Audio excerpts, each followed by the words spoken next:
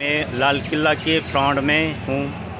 यहीं से मोदी जी जो हमारे देश के प्रधानमंत्री जी हैं वो यहीं से संबोधन करेंगे।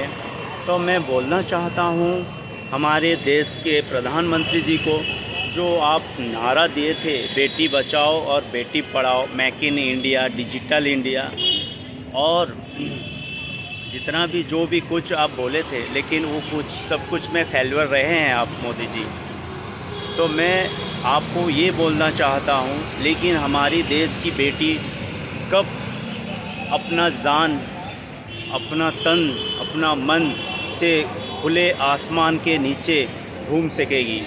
मैं ये पूछना चाहता हूँ मोदी जी आपको, जो हमारे देश के बेटियाँ सुरक्षित नहीं हैं, कब उन सुरक्षित रहेंगे। एक माँ जब अपनी बेटी को जन्म देती है, बेटी होने के बाद में उसको डर पैदा हो जाता है, कहीं मेरी बेटी से रेप ना हो जाए, कहीं मेरी बेटी से कुछ गलत ना हो जाए।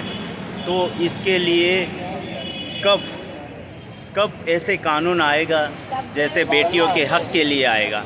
आप नारा देते हो बेटियों के हक़ में, लेकिन बेटियों का हक़ नहीं होता है।